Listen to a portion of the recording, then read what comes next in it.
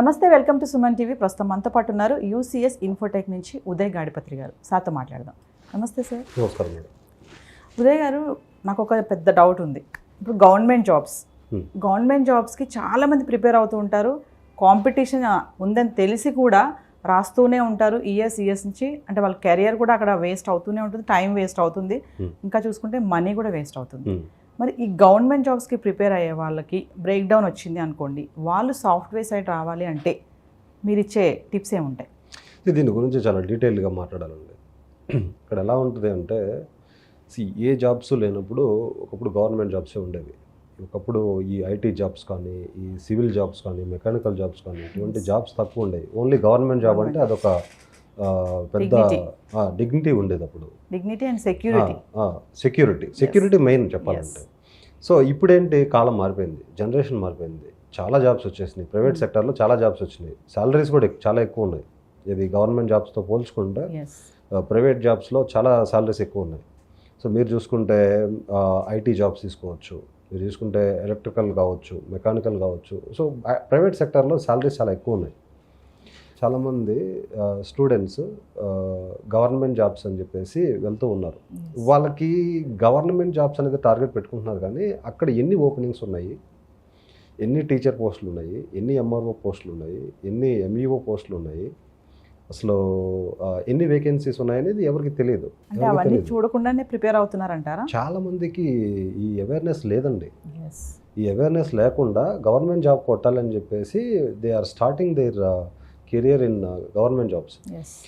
ఎలా చేస్తున్నారంటే, వెళ్తున్నారు, స్టార్ట్ చేస్తున్నారు, నేర్చుకుంటున్నారు. అక్కడ ఓపెనింగ్స్ ఎప్పుడు పడుతున్నాయో తెలియదు, ఎన్ని ఓపెనింగ్స్ ఉంటున్నాయో తెలియదు, అలా పోరాడుతూనే ఉంటున్నారు.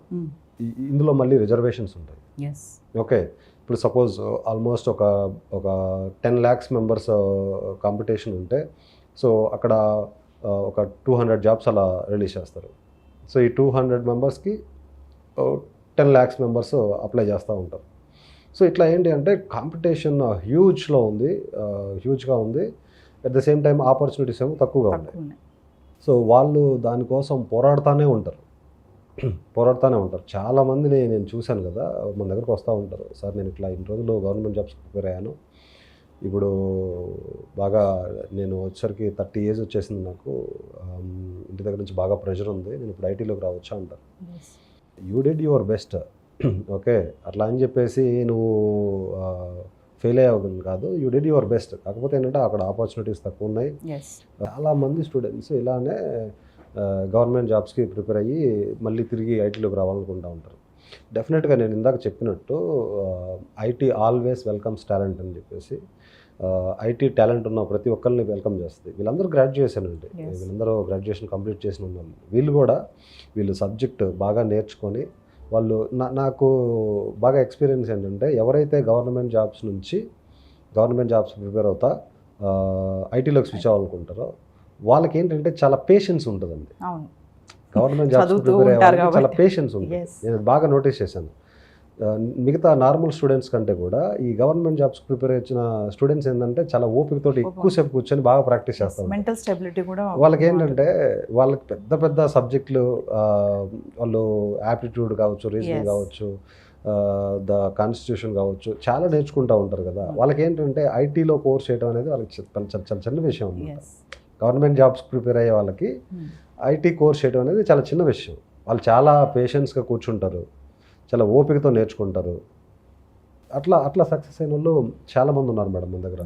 సో ఐటీలోకి డెఫినెట్గా వాళ్ళకి వెల్కమ్ చెప్పొచ్చు. సో వాళ్ళందరికీ కూడా ఐటీలోకి యాక్సెస్ ఉంది. అంటే గవర్నమెంట్ జాబ్కి ప్రిపేర్ అయ్యే వాళ్ళు కొంతమందికి అయితే కన్ఫ్యూజన్ ఉంది సార్. ఏంటంటే, నేను సాఫ్ట్వేర్లోకి వెళ్ళలేనేమో, ఎక్కడ ఈ గవర్నమెంట్ జాబ్ సంబంధించిన subject వేరుంటుంది.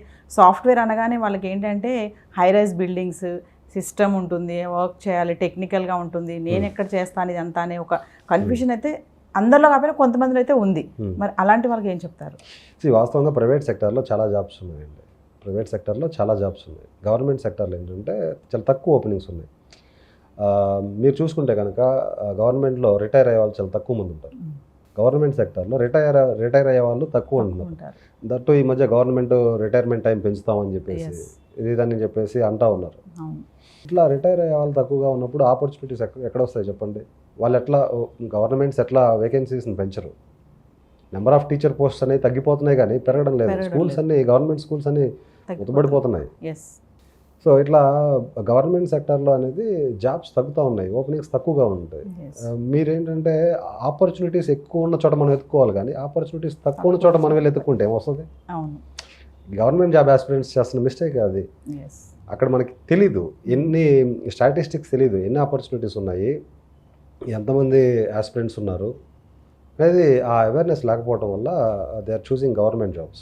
So instead of that government జాబ్స్కి ఎవరైతే ఇప్పుడు ప్రజెంట్ నేర్చుకుంటూ ఉన్నారో వాళ్ళకి లైఫ్ కొంచెం ఛాలెంజింగ్గా ఉన్నప్పుడు ఏంటంటే ఐటీలోకి మీరు డెఫినెట్లీ ఎలిజిబుల్, ప్రాబ్లం ఏమి ఉండదు, మీకు ఇంకా ఈజీగా వస్తుంది. చాలామంది నా దగ్గరకు వచ్చిన గవర్నమెంట్ స్టూడెంట్స్ డెడికేటెడ్గా రోజు కూర్చొని ఓపికతో కూర్చొని నేర్చుకొని జాబ్స్ తెచ్చుకున్న వాళ్ళు చాలామంది ఉన్నారు మన దగ్గర. అదే మీరు చెప్పారు కదా సార్, 5,000 మెంబర్స్ని ప్లేస్మెంట్ ఇప్పించామన్నారు కదా, అందులో ఎంతమంది ఉండొచ్చు అంటారు ఇలా గవర్నమెంట్ జాబ్ కోసం ట్రై చేసి ఉంటారు మేడం? అరౌండ్ ఒక 250 to 300 మెంబర్స్ ఉంటారు. మనం ఇప్పటి నుంచి కాదు, చాలా రోజుల నుంచి మనం ట్రైనింగ్ ఇన్స్టిట్యూట్ రన్ చేస్తున్నాము. సో ఇది నాట్ ఈవెన్ 1 yearలో 2 yearsలో జరిగింది కాదు, గత 10 years నుంచి చాలామంది స్టూడెంట్స్ ప్లేస్ అయ్యారు మన దగ్గర. ఇంకా చూసుకుంటే ఉదయ్ గారు, చాలా మంది మారుమూల గ్రామాలు ఉంటాయి కదా, ఈ గవర్నమెంట్ జాబ్ ప్రిపేర్ అయ్యే వాళ్ళే ఎక్కువ ఉంటారు, డిస్ట్రిక్ట్స్లో నుంచి కానీ కొంచెం పల్లెటూరులో నుంచి కానీ. మరి అలాంటి వాళ్ళకు కూడా ఈ సాఫ్ట్వేర్ సైడ్ రావాలి అంటే ఛాన్సెస్ ఉన్నాయంటారా? డెఫినెట్గా ఉంటుంది మేడం. ఇక్కడ నేను ఇంకొకటి పాయింట్ నేను నోటీస్ చేసింది ఏంటంటే, ఎందుకు గవర్నమెంట్ వైపు చూస్ చేసుకుంటున్నారంటే, వన్ ఆఫ్ ది రీజన్ ఏంటంటే ఈ ఇంగ్లీష్ మనం ఎక్కడ నేర్చుకుంటాము, అదొక పెద్ద భయం. గవర్నమెంట్ జాబ్స్ అయితే తెలుగులో ఉంటాయి కదా, ఇది వన్ ఆఫ్ ద రీజన్ నేను ఐడెంటిఫై చేశాను. ఇది నేను స్టూడెంట్స్తో మాట్లాడేటప్పుడు గవర్నమెంట్ జాబ్స్ ఎందుకు చూస్ చేసుకున్నారంటే, నాకేమో స్కిల్స్ తక్కువ ఉన్నాయండి ఇంగ్లీష్, గవర్నమెంట్ జాబ్స్ అయితే తెలుగులో ఉంటాయి కదా, తెలుగులో రాయొచ్చు కదా, విఆర్ఓనో లేదంటే ఎంఈఓనో ఎంఆర్ఓ అయిపోవచ్చు కదా అనుకొని నేను స్టార్ట్ చేశానండి. అంటే డెఫినెట్గా కమ్యూనికేషన్ స్కిల్స్ పెంచుకోవడానికి కరెక్ట్గా మనము 6 months ఫోకస్ చేస్తే చాలు. దానికి భయపడి గవర్నమెంట్ జాబ్స్కి ర్యాండమ్గా చూస్ చేసుకోవాల్సిన అవసరం లేదు. మీరు చెప్పారు చూసారా, ఈ సినారియోలోనే నేను నోటీస్ చేసింది, చాలామంది Tier 3 cities నుంచి రూరల్ బ్యాక్గ్రౌండ్ నుంచి వచ్చే స్టూడెంట్స్ ఏంటంటే వాళ్ళకి కమ్యూనికేషన్ స్కిల్స్, లాంగ్వేజ్ బ్యారియర్ ఉండటం వల్ల ఇదంతా మనకి ఇంగ్లీష్ రాదు, ఐటీలోకి వెళ్తే మనం సర్వైవ్ అవ్వలేము, ఈ కోడింగ్ ఇవన్నీ మనం చేయలేము, అదే ప్రశాంతంగా తెలుగులో ఉంటుంది, గవర్నమెంట్ జాబ్స్కి ప్రిపేర్ అవ్వచ్చు, గవర్నమెంట్ జాబ్ అయితే సెక్యూర్, ఇలా మైండ్ని వాళ్ళు కన్వర్ట్ చేసుకుంటూ ఉంటారు. సో ఏదేమైనా గవర్నమెంట్ జాబ్కి ప్రిపేర్ అయ్యి అక్కడ జాబ్ రాకపోయినా సాఫ్ట్వేర్ సైడ్ వచ్చే ఛాన్సెస్ చాలానే ఉన్నాయని చెప్తున్నాను. నేను అనేది ఏంటి అంటే, ఆపర్చునిటీస్ ఎక్కువ ఉన్న చోట వెతుక్కోమంటాను నేను, ఆపర్చునిటీస్ తక్కువ ఉన్న చోట వెతుక్కోమని నేను అనలేదు. వీళ్ళకి ఐటీ సెక్టర్లో చాలా జాబ్స్ ఉన్నాయండి, ఐటీ సెక్టర్లో కావచ్చు, ప్రైవేట్ సెక్టర్లో, ఐటీ సెక్టర్ అని కాకుండా ప్రైవేట్ సెక్టర్లో చాలా జాబ్స్ ఉన్నాయి. అంటే ఈ ప్రైవేట్ సెక్టర్లో ఎలా ఉంటుందంటే స్కిల్ బేస్డ్ ఉంటుంది, నీకు టాలెంట్ ఉండాలి. గవర్నమెంట్ సెక్టర్లో ఏంటి, ఒక సర్టెన్ పీరియడ్ ఆఫ్ టైం మనం ప్రాక్టీస్ చేసి బాగా కఠోరమైన తపస్సు చేసి జాబ్ చేసుకుంటే అది సెక్యూర్డ్గా ఉంటుంది. బట్ ద ప్రాబ్లం ఏంటి అంటే, ఈ గవర్నమెంట్ సెక్టార్లో ఆపర్చునిటీస్ ఎన్ని ఉన్నాయనేది చాలామందికి తెలియకపోవడం వల్ల కాంపిటీషన్ ఎక్కువను, ఆపర్చునిటీస్ తక్కువగా ఉన్నాయి.